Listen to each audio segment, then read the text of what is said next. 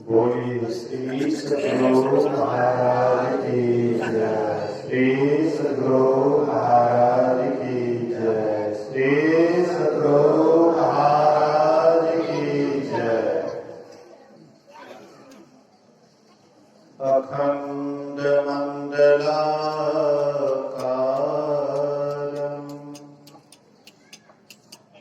व्याप्तं येन चराचरं तत्पदं दर्शितं येन तस्मै श्री गुरुवे नमः। धन्य धन्य सद्गुरु सुखद महिमा कहे न जाए। जो कछु कहूँ तुम्हारी कृपा मौते कछु न बसाए। सर्वत्र सर्वदा वर्तमान सद्गुरु महाराज जी के पावन चरणों में कोटि कोटि नमन। उपस्थित गुरुजन, धर्म प्रेमी सत्संगी बंधुओं, पूजनीया माताओं तथा भक्तिमती बहनों, अभी हम लोग परम श्रद्धे गिरधर बाबू के द्वारा आयोजित त्रिदिवसीय संतमत सत्संग के आज अंतिम दिन प्रातःकालीन सत्संग में उपस्थित हैं। मैं आप लोगों को जो कुछ सुनाने जा रहा हूँ, इस बात को शायद आप पहले भी सुन चुके होंगे, फिर भी सुनी हुई बात को बार-बार दोहराना पड़ता है याद रखने के लिए। स्वामी तुलसीदास जी महाराज कहते हैं, शास्त्र सुचिंतित पुनि पुनि देखिए, भूप सुसेवित वश नहीं देखिए। पढ़े हुए शास्त्र को भी बार-बार पढ़ना चाहिए। जैसे राजा की अच्छी सेवा करने पर भी वह किसी के अधीन नहीं हो सकता है, ऐसे मन भी राजा के समान है। इनको जब तक हम आप संतों के वाणी से जब तक नहीं नहलाएंगे, बारंबार नहीं सुनाएंगे, तब तक यह मन कुछ न कुछ करते रहता है। इसलिए हम आपको चाहिए इस सुनी हुई बात को भी बारंबार सुनना चाहिए। हम जिधर की बड़ाई सुनते हैं, मन हम आपका उधर ही जाता है। इसलिए सन का रंग लगता है। हम जिधर की बड़ाई सुनते हैं, उधर ही मन मुड़ता है। ध्यान के संबंध में बराबर सुनते हैं, ध्यान करने की इच्छा जगती है। स्वामी व्यासानंद जी महाराज कभी कभी कहा करते हैं कि मान लीजिए आप ध्यान नहीं करना चाहते हैं, ध्यान करने की इच्छा नहीं होती है, कोई ध्यान करता है तो आप उसको गौर से देखिए। ध्यान करने वाले को आप गौर से देखिएगा, धीरे धीरे ध्यान करने की प्रवृत्ति अपने आप जग जाएगी, ऑटोमेटिक है। जैसे किसी को भूख नहीं लगती है, भोजन नहीं करना चाहते हैं, भोजन के प्रति अरुचि जाहिर करते हैं, ऐसे व्यक्ति को जो भोजन से ज्यादा चाह रखते हैं, ज्यादा भोजन करते हैं, उनको केवल देखते रहे, देखते देखते जिनको भोजन से अरुचि है वह भी देखते देखते उनकी भी इच्छा होने लग जाती है हम भी भोजन करें। इसी तरह से आप जैसे व्यक्तियों का संग करते हैं वैसा रंग चढ़ता है। इसलिए ध्यान बढ़े तब से संकीर्ण है। जो तपस्या में लीन रहता है, ध्यान साधना करते रहते हैं, उसके संगति से हम आप ध्यान में आगे बढ़ते हैं। ज्ञान बढ़े गुणवान के संगति, कोई गुणवान है उसके साथ में अगर हम रहते हैं तो ज्ञान बढ़ता है, लेकिन असली ज्ञान ध्यान से ही प्राप्त होता है। आज तक भी कोई महापुरुष हुए हैं, हालांकि ध्यान कैसे करना चाहिए यह ज्ञान सबको चाहिए। ध्यान करने का तरीका सबको मालूम होना चाहिए कि कैसे ध्यान करें, किस आसन से बैठें, किस तरह से कहाँ देखें, कहाँ पर देखना चाहिए, किसका स्मरण करें, ये ज्ञान तो सबको चाहिए। लेकिन केवल इसी ज्ञान से आपका कल्याण हो जाएगा सो बात नहीं है। अब आप यह ज्ञान तो जान चुके हैं कि ध्यान कैसे करना चाहिए। भगवान कृष्ण कहते हैं सम आसन आसीना, कहते हैं कि समता जहां पर बराबर है, उभर खाबड़ नहीं है, ऐसी जगह को चुनो। इसके बाद पैर को तर ऊपर कर लो, बायां पैर को नीचे, दाहिना पैर को ऊपर, बाएं हाथ को नीचे, दाहिना हाथ को ऊपर, तर ऊपर करके शरीर को सीधा करके रखना है। रीढ़ की हड्डी को बिल्कुल सीधा करके रखना है। और इसके बाद भगवान कृष्ण कहते हैं कि पहले किसी देखे हुए रूप का ध्यान करो, पहले कोई नाम का जप कर लो जो आपको गुरु बताते हैं। मन मना नहीं करना चाहिए कि जो मन में आया वही जपने लगे, ऐसा कभी मत सोचिए। एक बूढ़ी माई हमसे मिली, मैंने कहा कि बूढ़ी माई कितना देर बैठती है ध्यान पर? तो वह बूढ़ी माई कहती है बाबा 2 घंटा। हम बोले कि 2 घंटा में क्या सब करती है? गुरु महाराज का हो बहू मूर्ति आता है, देखती है, कहते बाबा और के कहा जैसे गुरु महाराज के नहीं आवे से। हमने कहा कि और किसका? बोले बाबा कंटा रामो के ध्यान कर लीजिए, कंटा रामो के ध्यान कर, राम मंत्र के जप लीजिए, कंटा रामो के ध्यान क्या लीजिए। ओकर बाद भगवान कृष्णो ने छूट जाए, ऐला के भगवान कृष्णो के नाम जप लीजिए, ओकरो ध्यान क्या लीजिए।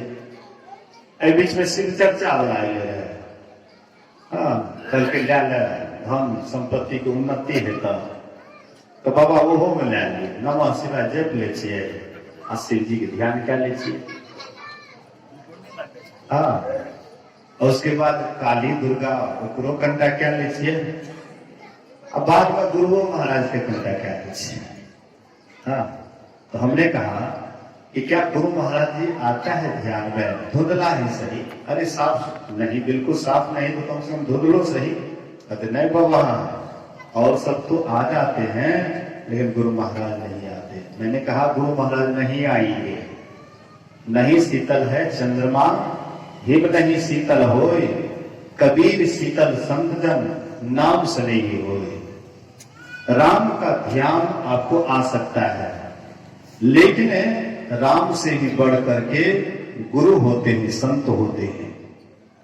संत अगर नहीं हो संसार में, यह संसार कब का नष्ट भ्रष्ट हो जाएगा। संत पर ही ये धरती टिकी हुई है। भगवान कृष्ण कहते हैं यह धरती कछुए की पीठ पर टिकी हुई है।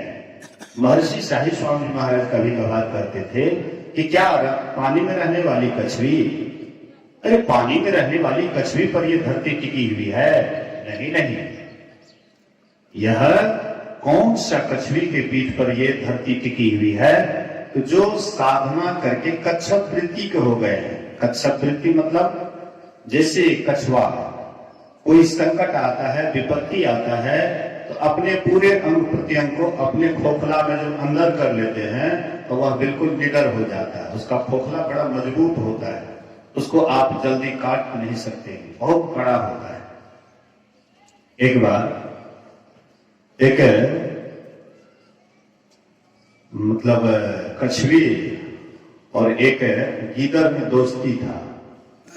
तो गीदड़ बिल में रहता था और कछुई पानी में रहती थी। कभी कभी दोनों मित्र को मिलन करने की इच्छा होती थी तो आ जाते थे, आपस में मिलजुल करते थे, समाचार एक दूसरे का कुशल स्वयं पूछते थे। एक दिन अचानक दोनों जो मित्र बातचीत कर रहे थे तब तक में एक उधर से शेर आ गया, जोर से दहाड़ता है। वह गीदड़ तुरंत बिल में घुस गया। आई बेचारे, इसका तो छोटा छोटा पैर होता है, इसीलिए तालाब में जाने में देर हो गई। तब तक में शेर आ गया और उसको मुंह में ले लिया। जैसे मुंह में लिया, कड़ा लगा तो फिर छोड़ देता, फिर मुंह में लेता, फिर छोड़ता है। उधर से गीदड़ देख रहा था। कहते हैं ऐसे थोड़े खाया जाएगा। बोले कि कैसे? बोले कि इसको थोड़ा सा पानी में दीजिए ना फूलने के लिए, फूल जाएगा, आराम से खा लीजिएगा। जैसे पानी में दिए फूलने के लिए तो फूलेगा क्या, भीतर भीतर फूलने लगे। मेरे कहने का ये आशय था कि जैसे कछुई अपने खोखला में अपने अंग प्रत्यंग को समेट लेते हैं तो बिल्कुल निडर हो जाता है, ऐसे ही जो संत महापुरुष होते हैं साधना में ऊपर चढ़ जाते हैं, ध्यान से ऊपर हो जाते हैं, समाधि में चले जाते हैं, वे भी कच्छप वृत्ति के हो जाते हैं। और उसी के बल पर यह पृथ्वी टिकी हुई है।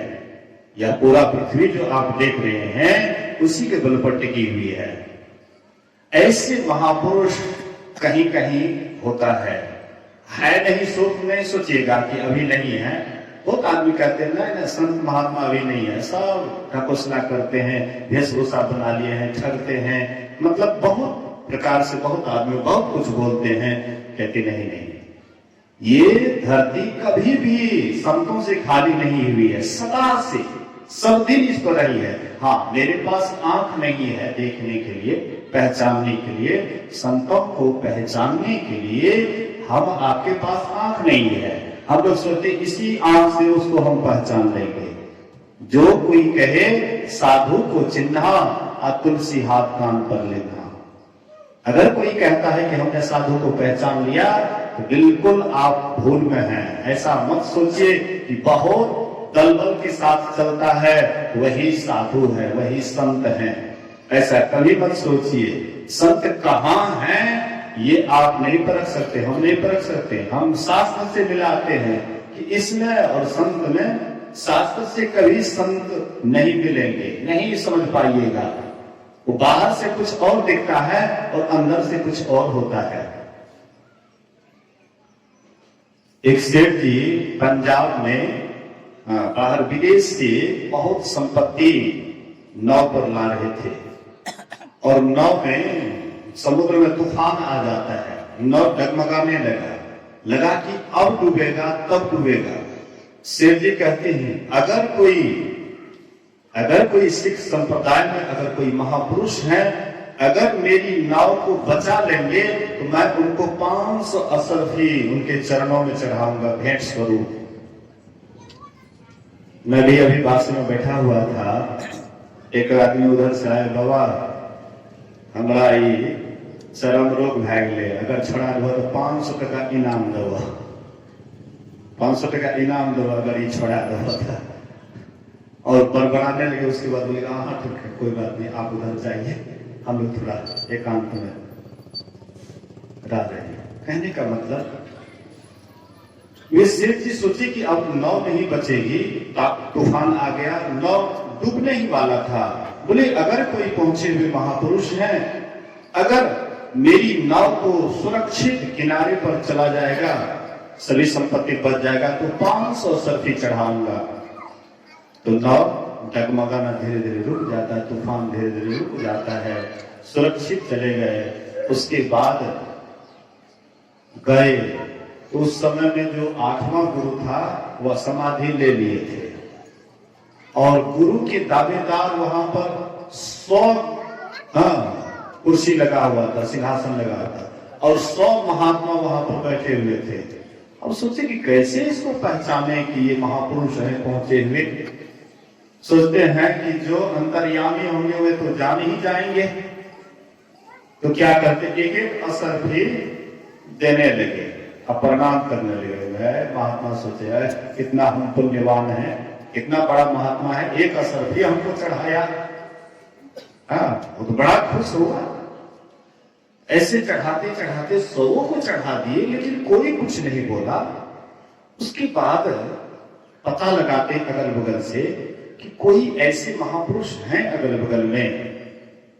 कहते हाँ एगो त्यागवा है, एगो त्यागवा है, वो कुया में खून करके वो जंगल जंगल में रहता है, त्यागवा है।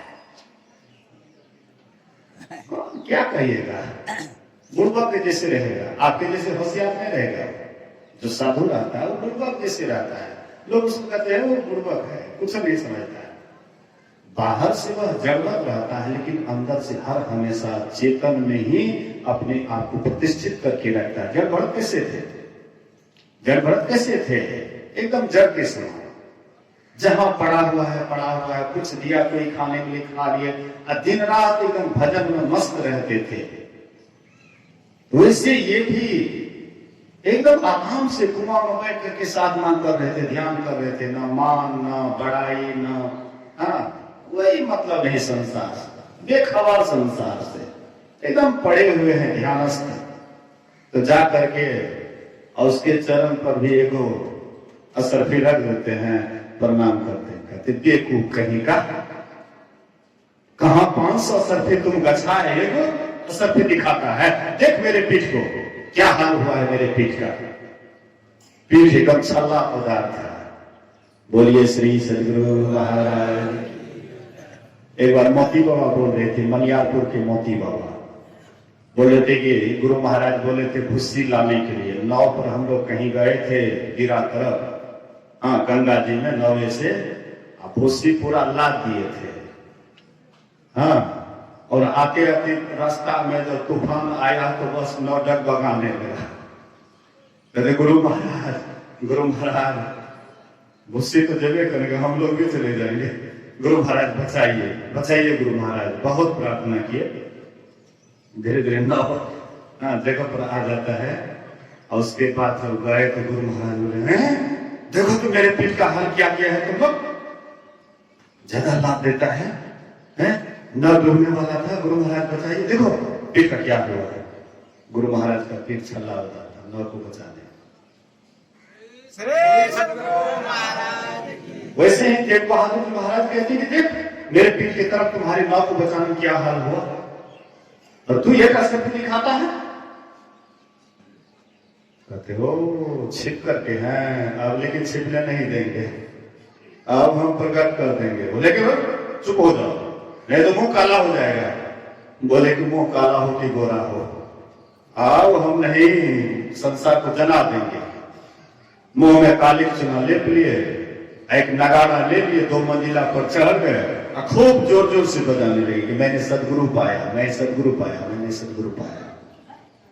तब वे तीसरे मतलब 9वां गुरु के रूप में तेग बहादुर जी महाराज प्रतिष्ठित हुए। मेरे कहने का ये आशय है, ऐसे संत महापुरुष भी खास करके भारत में, भारत माता की गोद में सदा से संत महापुरुष इनके गोद में खेलते आया है, लेकिन हम उनको पहचान नहीं पाते हैं, ये अलग बात है।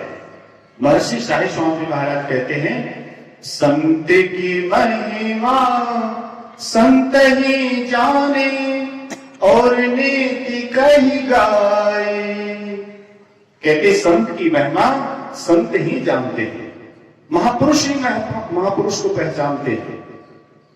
कबीर साहब एक बार गए एक महात्मा फकीर से मिलने के लिए, वे सुरत से आ रहे थे और संत कबीर साहब इधर काशी से जा रहे थे। रास्ते में दोनों का मिलन हो जाता है, रास्ते में मिलन हो जाता है।